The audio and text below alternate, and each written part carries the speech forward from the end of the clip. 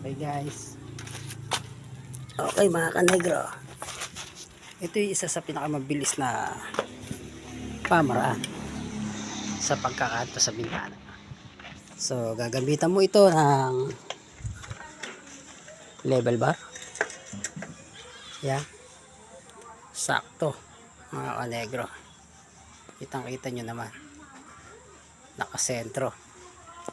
So pag nakasentro ng ganyan, lagyan yung paipit. Yan. So sa likod nabigay ko na mo muna to. So titingnan nyo naman yung kung siya ba ay naka-eskwala. So ito mga kanegro. Ayan. Ayan o. Kitang kita nyo naman. So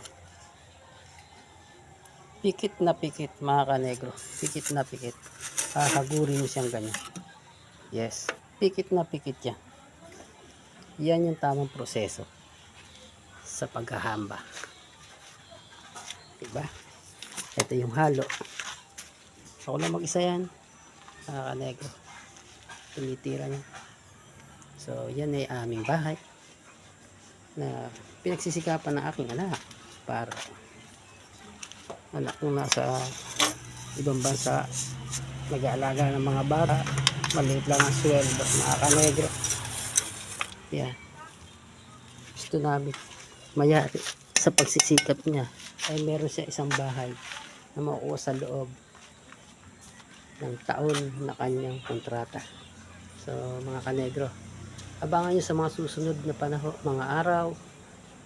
At ito pag nagkaroon uli ng budget, bububungan na namin. Babalangkasan ko na. So yayariin ko muna lahat ng mga bintana ng aming bahay. Okay, sige, hanggang dito na lamang mga kanegro.